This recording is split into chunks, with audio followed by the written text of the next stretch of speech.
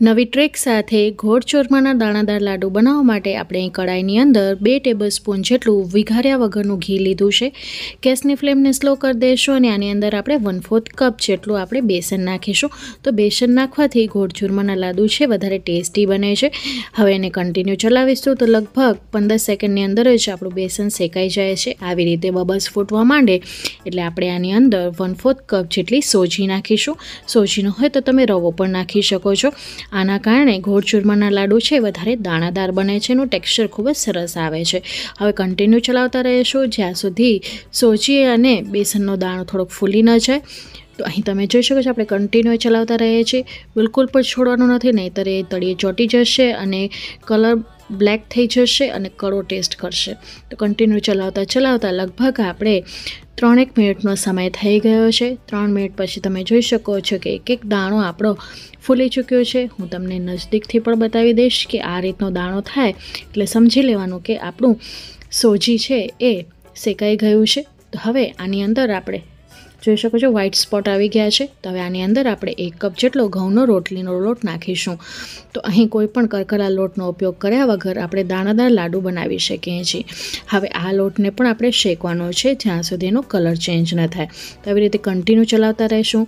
અત્યારે તમને એમ લાગતા હશે કે આ લોટમાં તો ગાંઠાઓ પડી ગયા છે, પણ આગળ જતાં ગાંઠાઓ બધા ભાંગી જશે, એની આપણે એક ટ્રીક કરીશું। તો અહીં લગભગ આ લોટને શેકાતા મને 6 મિનિટનો સમય થયો છે। ગેસની સ્લો ફ્લેમ ઉપર આપણે આવી રીતનો ગોલ્ડન બ્રાઉન કલર આવે ત્યાં સુધી શેકી લીધો છે। અહીં તમે જોઈ શકો છો કંઈક આ રીતનો આપણે લોટ દેખાય એટલે સમજી લેવાનો કે લોટ શેકાઈ ગયો છે। હવે આ લોટને ઠંડુ પાડી લેશું અને આને મેં મિક્સર જારમાં ઠંડુ પાડ્યા પછી પીસી લીધો છે, એટલે બધા ગાંઠાઓ આપણા ભાંગી ગયા છે। મિક્સરમાં પીસી લીધા છતાં પણ આપણો લોટ છે કરકરો તૈયાર થયો છે, દાણાદાર તૈયાર થયો છે। હવે આ લોટમાં આપણે દૂધ ઉમેરીશું। દૂધ ઉમેરવાથી લાડુ છે સોફ્ટ બને છે। દૂધ ઉમેરવા છતાં પણ તમે આ લાડુને બારે જ 7 થી 8 દિવસ સુધી તમે વાપરી શકો છો। તો ટોટલ 1/4 કપ જેટલું દૂધ નાખીને આપણે મિક્સ કરી લીધું છે। તો આવી રીતે મુઠ્ઠી પડતું આપણે દૂધ નાખવાનું છે, વધારે લોટ નથી બાંધવાનો, એ વાતનું ધ્યાન રાખજો। તો ટોટલ આપણે 1/4 કપ જેટલું દૂધ નાખ્યું છે। આવી રીતે લોટ નથી બંધાતો પણ મુઠ્ઠી વાળતા મુઠ્ઠી બંધાય છે ને લોટ આપણો કોરો કોરો દેખાય છે। તો બસ એટલું જ આપણે દૂધ ઉમેરીને મિક્સ કરવાનું છે। હવે અહીં એક થાળીમાં આપણે થોડુંક ઘી લગાડીને ગ્રીસ કરી લીધું છે ને આની અંદર આપણે બધો લોટ નાખી દઈશું ને આવી રીતે હાથોની મદદથી દબાવી દઈશું જેથી એના અંદર હવા ન રહે। તો આવી રીતે એકદમ વજન દઈને આપણે દબાવવાનું છે અને કિનારીઓને ખાસ દબાવવાનું છે। હવે અહીં બાજુમાં મેં સ્ટીમર ગરમ કરવા માટે મૂકી દીધું હતું। તો આ સ્ટીમરની અંદર આપણે આ લોટની થાળી મૂકી દઈશું અને એના ઉપર એક છીબું ઢાંકી દઈશું જેથી વરાળનું પાણી આની અંદર ન પડે। તો છીબું ઢાંકવું જરૂરી છે। હવે લીડ કવર કરીને 7 મિનિટ સુધી આપણે લોટને બાફી લીધો છે। તો લોટ બફાઈ ગયા પછી તમે એનું કલર પણ બદલાયેલો જોઈ શકો છો ને ટેક્સચર પણ બદલાયેલું જોઈ શકો છો। તો એકદમ લોટ સરસ બફાઈ ગયો છે। તો આને ઠંડુ પાડ્યા બાદ આપણે મિક્સર જારમાં ટ્રાન્સફર કરીને ફરી પાછું આ લોટને આપણે પીસી લેશું, એટલે આ લોટને આપણે ચાળવાની પણ જરૂર નહીં પડે અને એકદમ કરકરો લોટ આપણો તૈયાર થશે। હવે અહીં તમે જોઈ શકો છો લોટનું ટેક્સચર કેટલું દાણાદાર છે અને લોટનો કલર પણ બદલાઈ ગયો છે। લોટ આપણો સારી રીતે બફાઈ ગયો છે। તો હવે આને મૂકી દઈશું સાઈડમાં। એક કડાઈની અંદર આપણે 1 ટેબલસ્પૂન જેટલું વિઘાર્યા વગરનું ઘી લીધું છે। ઘી આપણું ગરમ થઈ ગયું છે તો 1/4 ટીસ્પૂન જેટલો આપણે એલચીનો પાવડર અને 1/4 ટીસ્પૂન જેટલો આપણે જાયફળનો પાવડર નાખ્યો છે। આ બંને પાવડર નાખવાથી લાડુમાં બહુ જ સરસ ફ્લેવર અને સુગંધ આવે છે ને આવી રીતે વઘાર કરીને લેવાથી એનો ફ્લેવર વધારે એન્હાન્સ થઈને આવે છે।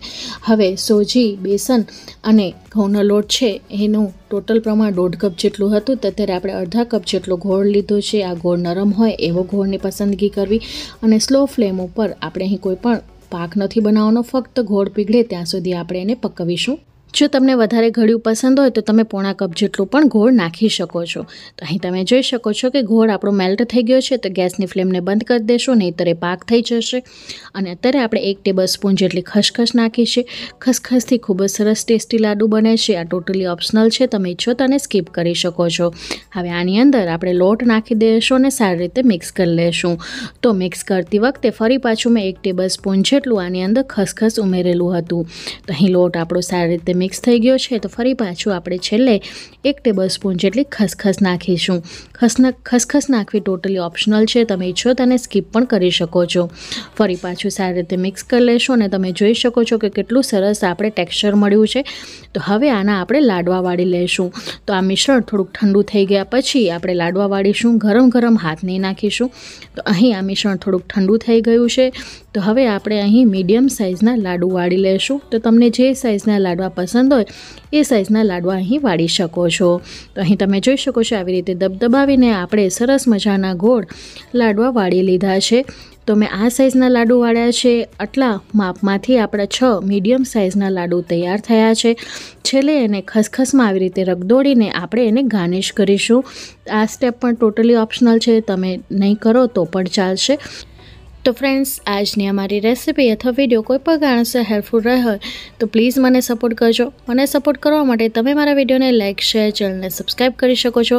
બાજુમાં આપેલી બેલ બટનને દબાવીને ઓલનું નોટિફિકેશન દબાવજો, જેથી મારા આવનારા વિડીયોઝની નોટિફિકેશન તમને મળતી રહે।